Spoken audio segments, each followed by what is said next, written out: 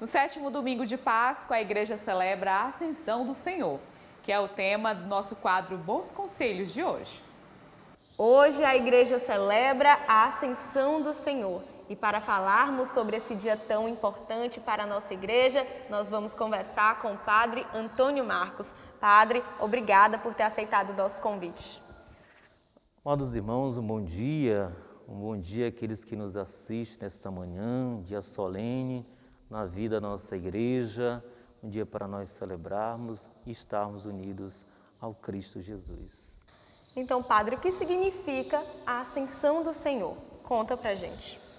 Então, amada irmã, amados irmãos, esse dia solene na vida da nossa igreja é um dia que nos une à pessoa de Jesus Cristo, mas especialmente a missão que Ele nos confia.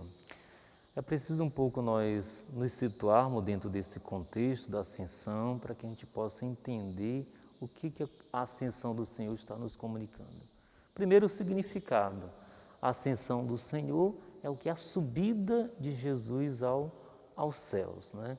Jesus, durante 40 dias, Ele foi se revelando, Ele foi se mostrando, dando a certeza aos discípulos que Ele havia ressuscitado, que Ele não estava mais morto, né? Que Ele não estava mais crucificado, mas a sua ascensão é a sua glorificação. Por isso, Jesus, para mostrar que é vencedor da morte e do pecado, Ele agora ascende aos céus. Só que antes da sua subida aos céus, o que Jesus faz? Ele se encontra com os 11 discípulos e ali lhes dá autoridade, poder, para que eles possam continuar a missão de Jesus, não é? Que é a missão de fazer com que todos os povos se tornem discípulos do Cristo, né? Pelos sacramentos, especialmente o sacramento do batismo. Então, Padre, por que as pessoas costumam se confundir esse dia com o dia de Pentecostes, com a Assunção de Maria? Fala pra gente. Essa é uma pergunta importante, de muita relevância, porque de fato ainda existe um pouco dessa confusão, às vezes a gente não consegue distinguir uma coisa da outra. Nós já dissemos que a ascensão é a subida de Jesus aos céus.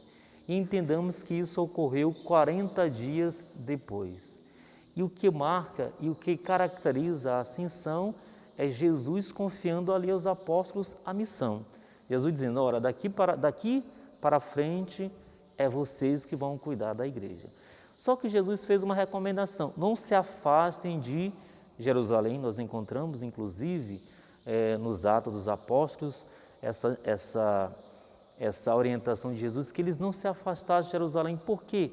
Porque só então, depois, eles iriam receber a força do alto, seriam revestidos com a força de Deus, com os dons, né, do Espírito Santo, para poder, então, eles darem seguimento à missão de Cristo.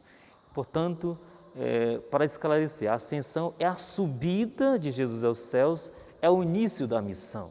Isso acontece 40 dias depois, não é, da sua ressurreição. Já Pentecostes acontece 50 dias depois, não é? E nesse acontecimento de Pentecostes são duas coisas que lhe caracterizam. É exatamente os apóstolos que são revestidos com a força do alto, e aqui nós podemos dizer também o surgimento ou nascimento da igreja. E a terceira questão que você colocou sobre a Assunção é um dogma mariano, não é? Que nos diz, a igreja atesta, é uma verdade da nossa fé, que Maria, tendo cumprido também a sua missão, foi levada de corpo e alma à presença, à glória de Deus, né? Portanto, ascensão, subida, missão dos apóstolos, Pentecostes, revestimento dos apóstolos com a força do alto, o nascimento da igreja, e a assunção é quando Maria é levada. É bom deixar isso bem claro. Maria, com todas as suas virtudes, ela não é deusa, por isso ela é levada pelos anjos, pelo próprio Jesus, à glória de Deus. E o que a gente pode destacar desta liturgia de hoje? O que caracteriza essa liturgia da Ascensão do Senhor? Primeiro que é um dia solene, é um dia festivo, né? Nós já fazemos a experiência com o ressuscitado todos os domingos, mas aqui a nossa motivação é maior, né? Porque a ascensão é a glorificação do Senhor. E não é só o Senhor Jesus que é glorificado, né? Quando Jesus ascende aos céus, quando Ele sobe aos céus, Ele leva consigo a humanidade, né? Quer dizer, a humanidade passa a habitar no seio da Santíssima Trindade, né? É nos dado pela ascensão a certeza também da vida em Deus. Aquilo que outrora o tínhamos perdido por Adão, agora em Jesus nos é dado de volta, não é? Jesus nos dá de novo essa graça da glorificação. Agora, a liturgia de hoje nos relata, não é, a forma como tudo isso aconteceu. E, de certa maneira, né, quando nós participamos dessa liturgia, nós tomamos ciência da missão de Jesus, mas também tomamos ciência da nossa missão dentro da própria igreja e da importância da ascensão na nossa própria vida. Padre, e ao subir ao céu, Jesus nos deixa uma missão. Como tornar presente em nossa vida essa ordem do Senhor? Tem que ter um entendimento nosso que a ascensão, depois de celebrarmos, não é? Entendamos que aqui, depois que celebramos esse acontecimento, essa solenidade, começa também a nossa missão. Jesus subiu aos céus e a partir daquele momento começa a missão dos apóstolos.